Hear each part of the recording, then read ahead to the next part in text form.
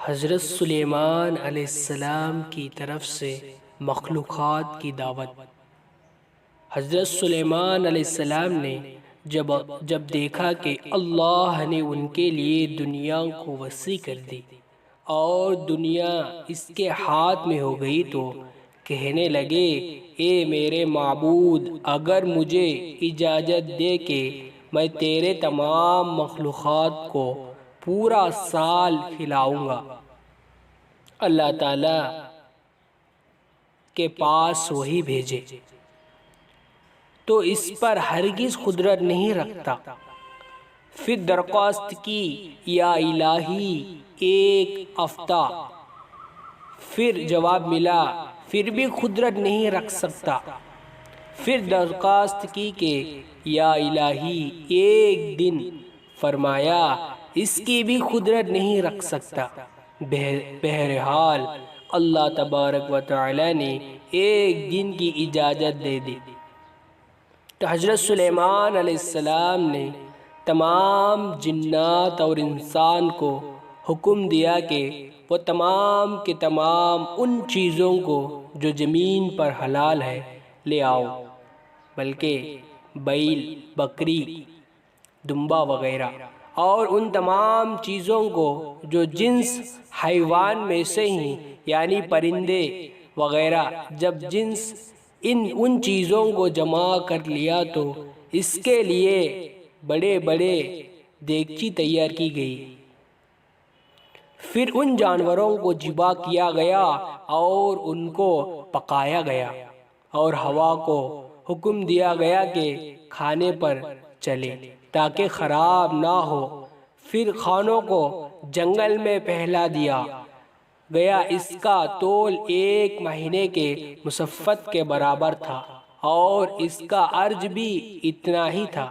پھر اللہ تعالیٰ نے حضرت سلیمان علیہ السلام کے پاس وحی بھیجی، اے سلیمان، تو مخلوق میں سے کس سے دعوت شروع کرے گا؟ تو حضرت سلیمان علیہ السلام نے فرمایا کہ میں نے دریا کے جانوروں سے شروع کروں گا۔ تو اللہ تبارک و تعالی نے ایک مچھلی کو حکم دیا کہ وہ حضرت سلیمان علیہ السلام کی ضیافت میں سے کھاؤ۔ چنانچہ اس مچھلی نے سر اٹھائی اور کہا، اے سلیمان، میں نے سنا ہے کہ تو نے میری دعوت کا دروازہ کھول دیا ہے اور آج میری ضیافت کو تو کرے گا۔ حضرت سلیمان علیہ السلام نے فرمایا، لے اور کھاؤ، شروع کرو۔ چنانچہ وہ مچھلی آگے بڑھی اور دسترخوان کے شروع سے کھانا لگائی۔ مچھلی نے اس قدم ایک ساتھ میں سارا کھانا صاف کر دی۔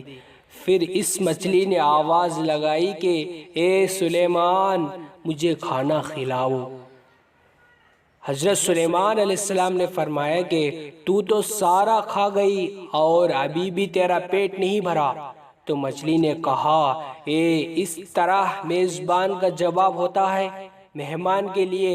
اے سلیمان، آپ خوب جان لیجئے کہ میرے لیے ہر روز اس طرح جتنا تو نے پکایا دن میں 3 مرتبہ متعین ہے، اور آج میرے کھانے کا رکاوٹ کا سبب تو بنا ہے اور تو نے میرے کھانے میں کمی کر دیا۔ اس وقت حضرت سلیمان علیہ السلام نے اللہ کے سامنے سجدے میں گر پڑے اور کہنے لگے، پاک ہے وہ ذات جو کفالت کرنے والا ہے مخلوق کے ساتھ جہاں سے مخلوق جانتی بھی نہیں، اللہ تعالیٰ نے وہاں سے اس کا رزق کا انتظام کرتا ہے۔ اس واقعہ سے ہم کو پتہ چلتا ہے بے شک ہمارا رزاق صرف اور صرف اللہ ہے، چنانچہ ہمیں صرف رزق اسی سے مانگنا چاہیے، اور اپنے مال اور دولت تجارت کے بل ہونے پر انسان ناز نہیں کرے کہ میرے پاس مال ہے، منصب ہے، اس لیے مجھے رزق کے بارے میں پریشانی ہونے کی ضرورت نہیں، بلکہ سب کچھ ہونے کے باوجود بھی اللہ ہی مانگتے رہے۔ چنانچہ دعا ہے کہ اللہ تعالی ہم سب کو اس واقعے سے سبق حاصل کرنے کی توفیق عطا فرمائے، آمین یا رب العالمین۔